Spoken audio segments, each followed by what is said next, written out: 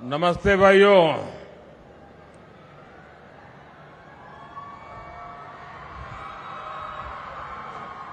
આપણું તો civil hospital એક જાણે નાનકડું ગામ હોય એવું છે।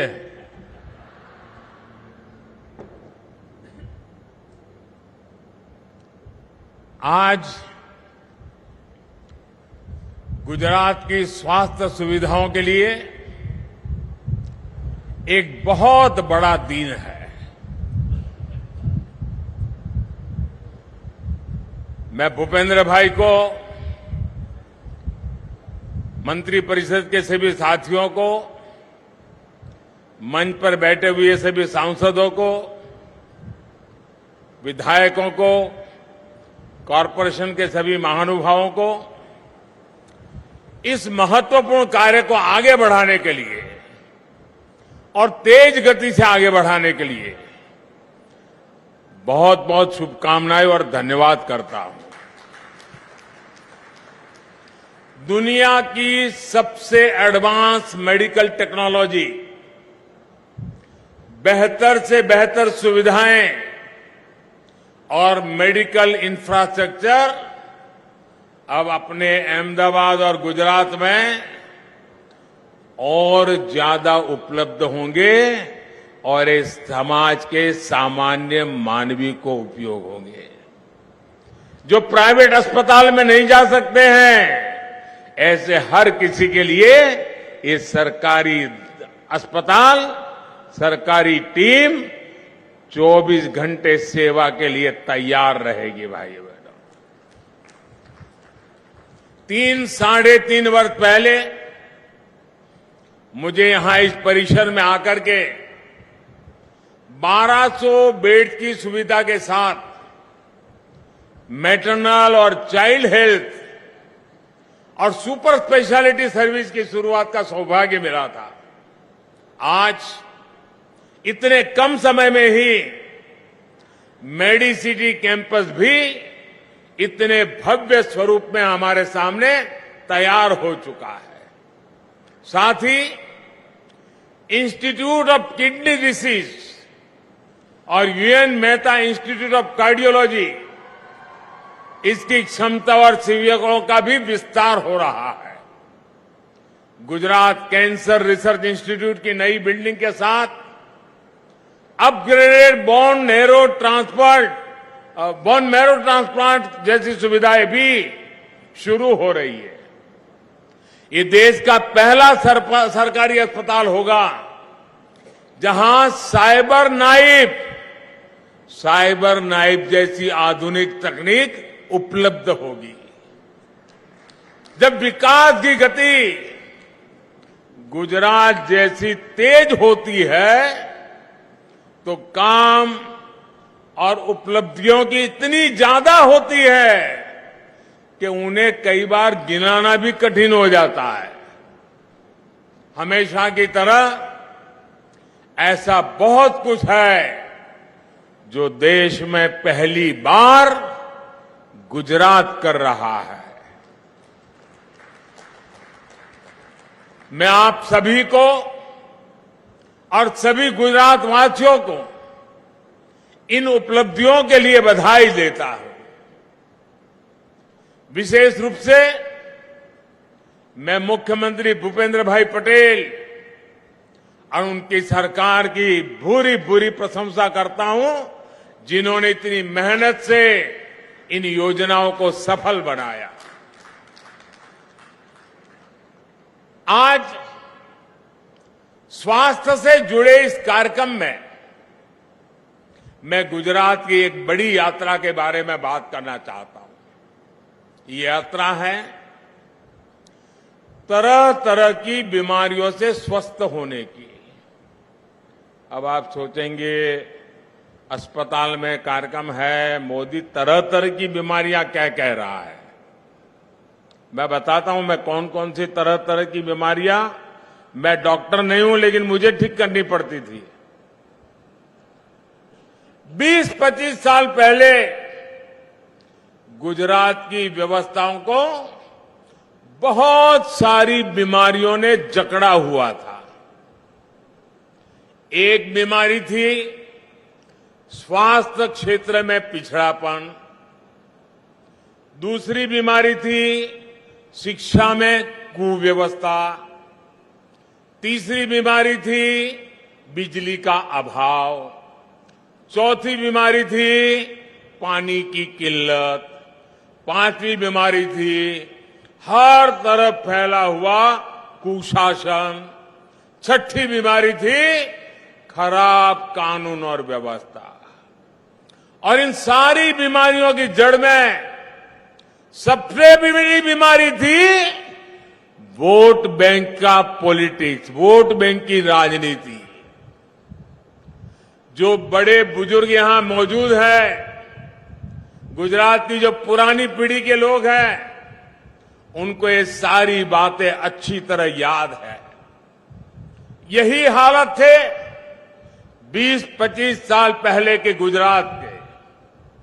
अच्छी शिक्षा के लिए युवाओं को बाहर जाना पड़ता था, अच्छे इलाज के लिए लोगों को भटकना पड़ता था, लोगों को बिजली के लिए इंतजार करना पड़ता था, भ्रष्टाचार और खस्ता हाल कानून व्यवस्था से तो हर दिन जूझना पड़ता था। लेकिन आज गुजरात उन सारी बीमारियों को पीछे छोड़कर आज सबसे आगे चल रहा है। और इसलिए जैसे नागरिकों को बीमारी से मुक्त करना, वैसे राज्य को भी अनेकों बीमारियों से मुक्त करने का ये मुक्त यज्ञ हम चला रहे हैं और हम मुक्त करने का हर कोशिश प्रयास करते रहते हैं। आज जब बात होती है हाईटेक हॉस्पिटल की, तो गुजरात का नाम सबसे ऊपर रहता है। जब मैं यहां मुख्यमंत्री था, मैं सिविल अस्पताल भी कई बार आता था और मैं देख रहा था मध्य प्रदेश के कुछ इलाके, राजस्थान के कुछ इलाके बहुत बड़ी मात्रा में उपचार के लिए सिविल अस्पताल आना पसंद करते थे। साथियों, अगर शिक्षा संस्थानों की बात, एक से बढ़कर एक यूनिवर्सिटी बात हो, तो आज गुजरात का कोई मुकाबला नहीं है। गुजरात में पानी की स्थिति, बिजली की स्थिति, कानून व्यवस्था की स्थिति अब सब सुधर चुका है। आज सबका साथ, सबका विकास, सबका विश्वास और सबका प्रयास वाली सरकार लगातार गुजरात की सेवा के लिए काम कर रहे हैं। साथियों, आज अहमदाबाद में इस हाईटेक मेडिसिटी और स्वास्थ्य से जुड़ी दूसरी सेवाओं ने गुजरात की पहचान को एक नई ऊंचाई दी है। ये केवल एक सेवा संस्थान ही नहीं है, साथ ही एक गुजरात के लोगों की क्षमता का प्रतीक भी है। मेडिसिटी में गुजरात के लोगों को अच्छा स्वास्थ्य भी मिलेगा और ये गर्व भी होगा कि विश्व की टॉप मेडिकल फैसिलिटीज अब हमारे अपने राज्य में लगातार बढ़ रही है। मेडिकल टूरिज्म के क्षेत्र में गुजरात का जो अपार सामर्थ्य है, उसमें भी अब और वृद्धि होगी। साथियों, हम सभी अक्सर सुनते हैं कि स्वस्थ शरीर के लिए स्वस्थ मन जरूरी होता है। ये बात सरकारों पर भी लागू होती है।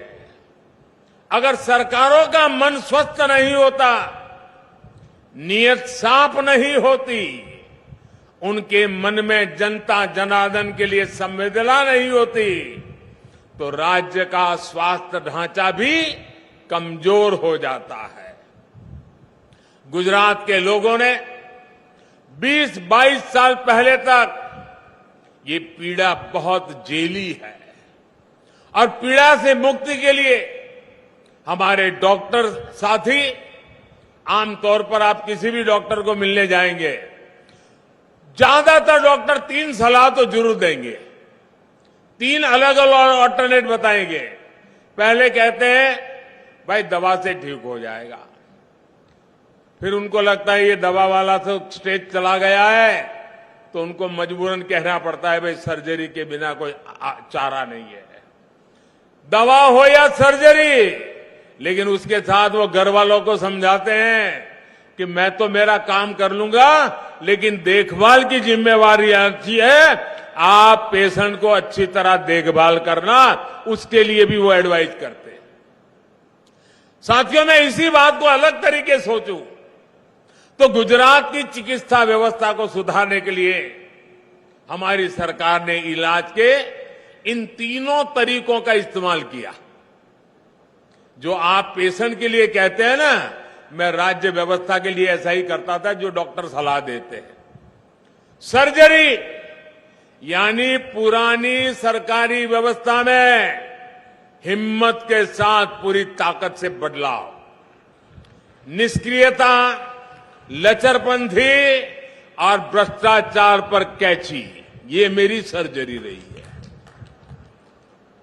दूसरा, दवाई यानी नई व्यवस्था को खड़ा करने के लिए नित्य नूतन प्रयास, नई व्यवस्थाएं भी विकसित करना, ह्यूमन रिसोर्स विकसित करना, इंफ्रास्ट्रक्चर विकसित करना, रिसर्च करना, इनोवेशन करना,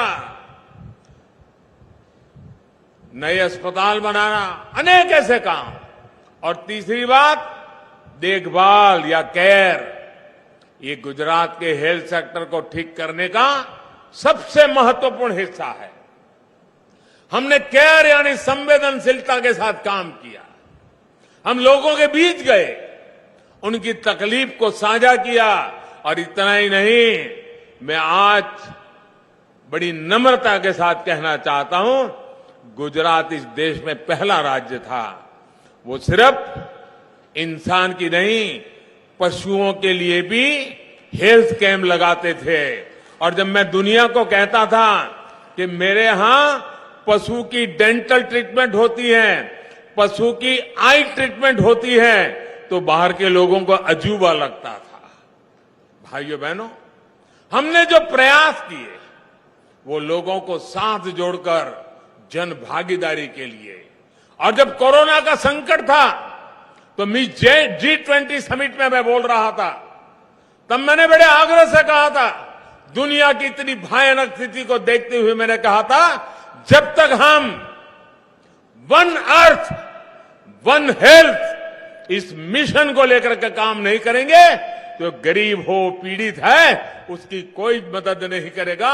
और दुनिया में हमने देखा है, कुछ देश ऐसे हैं जहां 4-4, 5-5 वैक्सीन के डोज हो गए कोरोना में, और दूसरी तरफ कुछ देश ऐसे हैं जहां गरीब को एक भी वैक्सीन नसीब नहीं हुआ। तब मुझे दर्द होता था दोस्तों। तब भारत को वो ताकत लेकर के निकले, हमने दुनिया में वैक्सीन पहुंचाने का प्रयास किया, ताकि दुनिया में कोई मरना नहीं चाहिए भाइयों। और हम सबने देखा है कि जब व्यवस्था स्वस्थ होने लगी तो गुजरात का स्वास्थ्य क्षेत्र भी स्वस्थ हो गया। लोग देश में गुजरात की मिसाल देने लगे। साथियों, प्रयास जब पूरे मन से होलिस्टिक अप्रोच के साथ किए जाते हैं तो उनके परिणाम भी उतने ही बहुआयामी होते हैं। यही गुजरात की सफलता का मंत्र है। आज गुजरात में अस्पताल भी है, डॉक्टर्स भी हैं, और युवाओं के लिए डॉक्टर बनने का सपना पूरा करने का अवसर भी है। 20-22 साल पहले हमारे इतने बड़े राज्य में केवल 9 मेडिकल कॉलेज हुआ करती थी, केवल 9 मेडिकल कॉलेज। जब मेडिकल कॉलेज कम थे तो सस्ते और अच्छे इलाज की गुंजाइश भी कम थी, लेकिन आज यहां 36 मेडिकल कॉलेज अपनी सेवाएं दे रहे हैं। 20 साल पहले गुजरात के सरकारी अस्पतालों में 15,000 करीब बेड थे, अब यहां कि सरकारी अस्पतालों में बेड की संख्या 60,000 हो चुकी है। पहले गुजरात में अंडर ग्रेजुएट और पोस्ट ग्रेजुएट मेडिकल की कुल सीटें 2,200 हुआ करती थी। अब गुजरात में 8,500 बैठकें मेडिकल सीट हमारे युवा युवतियों के लिए उपलब्ध है। इनमें पढ़कर निकले डॉक्टर्स गुजरात के कोने कोने में स्वास्थ्य सेवाओं को मजबूती दे रहे हैं। आज हमारी सब सेंटर्स, सीएचसी, पीएचसी और वेलनेस सेंटर का एक बड़ा नेटवर्क भी पूरी तरह गुजरात में तैयार हो चुका है। और साथियों, मैं आपको बताना चाहता हूं कि गुजरात ने जो सिखाया वो दिल्ली जाने के बाद मेरे काम बहुत आया। स्वास्थ्य के इसी विजन को लेकर हमने केंद्र में भी काम शुरू किया। इन 8 वर्षों में हमने देश के लगभग अलग अलग हिस्सों में 22 नए एम्स दिए हैं। इसका लाभ भी गुजरात को हुआ है। राजकोट में गुजरात का अपना पहला एम्स मिला है। गुजरात में जिस तरह हेल्थ सेक्टर में काम हो रहा है वो दिन दूर नहीं जब Gujarat medical research, pharma research, biotech research में पूरी दुनिया में अपना परचम फहराएगा। डबल इंजन की सरकार का बहुत बड़ा फोकस इस पर है। साथियों, जब संसाधनों के साथ संवेदनाएं जुड़ जाती है तो संसाधन सेवा का उत्तम माध्यम बन जाते हैं। लेकिन जहां संवेदना नहीं होती है वहां संसाधन स्वार्थ और भ्रष्टाचार की भेंट चढ़ जाते हैं। इसीलिए मैंने शुरुआत में संवेदनाओं का भी जिक्र किया और कुशासन वाली पूरे व्यवस्था की याद भी दिलाई। अब व्यवस्था बदल चुकी है। इस संवेदनशील और पारदर्शी व्यवस्था का परिणाम है कि अहमदाबाद में मेडिसिटी बना है, कैंसर इंस्टीट्यूट का अधिकरण हुआ है और साथ ही गुजरात के हर जिले में डे केयर कीमोथेरेपी की सुविधा भी शुरू होती है ताकि गांव-गांव से मरीजों को कीमोथेरेपी के लिए भागना न पड़े। अब आप चाहे गुजरात के किसी भी कोने में हो, आपको घर के नजदीक में ही अपने ही जिले में कीमोथेरेपी जैसा अहम इलाज उपलब्ध हो जाएगा। इसी तरह भूपेंद्र भाई की सरकार द्वारा डायलिसिस जैसी जटिल स्वास्थ्य सेवा की तालुका स्तर पर दी जा रही है। गुजरात ने डायलिसिस वैन की सुविधा भी शुरू की है ताकि मरीज को अगर जरूरत है तो उसके घर जाकर भी उसको सेवा दी जा सके। आज यहां 8 फ्लोर के रैन बसेरे का लोकार्पण भी हुआ है। और जहां तक डायलिसिस का सवाल है, पूरे हिंदुस्तान में सारी व्यवस्था लचर थी। डायलिसिस वाले के लिए एक निश्चित समय सीमा में डायलिसिस होना जरूरी है। तब जाकर के मैंने दुनिया के बड़े बड़े हेल्थ सेक्टर में काम करने वालों से बात की। मैंने कहा मुझे मेरे हिंदुस्तान में हर जिले में डायलिसिस सेंटर बनाने हैं और जैसे गुजरात में तहसील तक काम जा रहा है, मैंने देश में जिले तक डायलिसिस की व्यवस्था पहुंचाने का बड़ा बीठा उठाया और बहुत बड़ी मात्रा में काम चल रहा है। साथियों, मरीज के परिवार वाले जिन मुश्किलों से जूझ रहे होते हैं उन्हें और तकलीफ का सामना ना करना पड़े, ये चिंता गुजरात सरकार ने की है। यही आज देश के काम करने का तरीका है। यही आज देश की प्राथमिकताएं हैं। साथियों, जब सरकार संवेदनशील होती है तो उसका सबसे बड़ा लाभ समाज के कमजोर वर्ग को होता है, गरीब को होता है, मध्यम वर्ग के परिवार को होता है, माताओं बहनों को होता है। पहले हम देखते थे कि गुजरात में मातृ मृत्यु दर, शिशु मृत्यु दर इतनी चिंता का विषय था, लेकिन सरकारों ने उसे किस्मत के नाम पर छोड़ रखा था। हमने तय किया कि हमारी माता बहनों के जीवन का प्रश्न है, इसका ठिकरा किसी के किस्मत पर नहीं फोड़ने दिया जाएगा। पिछले 20 वर्षों में हमने इसके लिए लगातार सही नीतियां बनाई, उन्हें लागू किया। आज गुजरात में माता मृत्यु दर और शिशु मृत्यु दर में बहुत कमी आई है। मां का जीवन भी बच रहा है और नवजात भी दुनिया में सुरक्षित अपना विकास की यात्रा पर कदम रख रहा है। बेटी बचाओ बेटी पढ़ाओ अभियान, इसके कारण पहली बार बेटों की तुलना में बेटियों की संख्या ज्यादा हुई है। दोस्तों, इन सफलताओं के पीछे गुजरात सरकार की चिरंजीवी और खिलखिलाहट जैसी योजनाओं की मेहनत लगी है। गुजरात की सफलता, ये प्रयास आज पूरे देश को मिशन इंद्रधनुष और मातृवंदना जैसी योजनाओं के जरिए मार्गदर्शन दे रही है। साथियों, आज देश में हर गरीब के मुफ्त इलाज के लिए आयुष्मान भारत जैसी योजनाएं उपलब्ध है। गुजरात में आयुष्मान भारत और मुख्यमंत्री अमृतम योजना एक साथ मिलकर गरीबों की चिंता और बोझ कम कर रही है। यही डबल इंजन सरकार की ताकत होती है। साथियों, शिक्षा और स्वास्थ्य, ये दो ऐसे क्षेत्र हैं जो केवल वर्तमान ही नहीं बल्कि भविष्य की दिशा भी तय करते हैं। और उदाहरण के तौर पर अगर हम देखें, 2019 में सिविल हॉस्पिटल में 1200 बेड की सुविधा होती थी। एक साल बाद वैश्विक महामारी आई तो यही अस्पताल सबसे बड़े सेंटर के रूप में उभर कर सामने आया। उस एक हेल्थ इंफ्रास्ट्रक्चर ने कितने लोगों के जीवन बचाए। इसी तरह 2019 में अहमदाबाद में एएमसी एसवीपी हॉस्पिटल, उसकी शुरुआत हुई थी।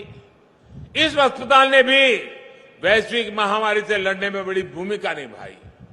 अगर गुजरात में बीते 20 वर्षों में इतना आधुनिक मेडिकल इंफ्रास्ट्रक्चर तैयार न होता तो कल्पना करिए वैश्विक महामारी से लड़ने में हमें कितनी मुश्किल आती। हमें गुजरात के वर्तमान को भी बेहतर करना है और भविष्य को भी सुरक्षित रखना है। मुझे विश्वास है अपने विकास की इस गति को गुजरात और आगे बढ़ाएगा और ऊंचाई पर ले जाएगा और आपके आशीर्वाद निरंतर बनते रहेंगे और उसी ताकत को लेकर के हम और अधिक ऊर्जा के साथ आपकी सेवा करते रहेंगे। मैं आप सबको उत्तम स्वास्थ्य की कामना करता हूं और आप निरोगी रहे, आपका परिवार निरोगी रहे, यही मेरे गुजरात के भाइयों बहनों को शुभकामनाएं देते हुए मेरी वाणी को विराम देता हूं।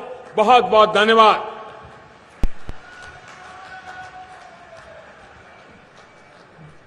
पूरा गुजरात आपका बहुत बहुत आभार प्रकट करता है माननीय प्रधानमंत्री जी, आपके शुभ आशीष के लिए।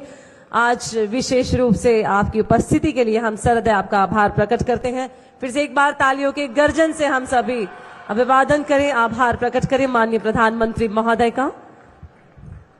तो प्रधानमंत्री नरेंद्र मोदी अमदावाद ने अत्याधुनिक किडनी હોસ્પિટલની ભેટ આપી છે। 418 કરોડના ખર્ચે કિડની હોસ્પિટલનું નિર્માણ થયું છે। આરોગ્ય સેવાનું ખાતમુહૂર્ત અને લોકાર્પણ કરવામાં આવ્યું છે પ્રધાનમંત્રીના હસ્તે। હાલ રોકાઈશું એક વિરામ માટે।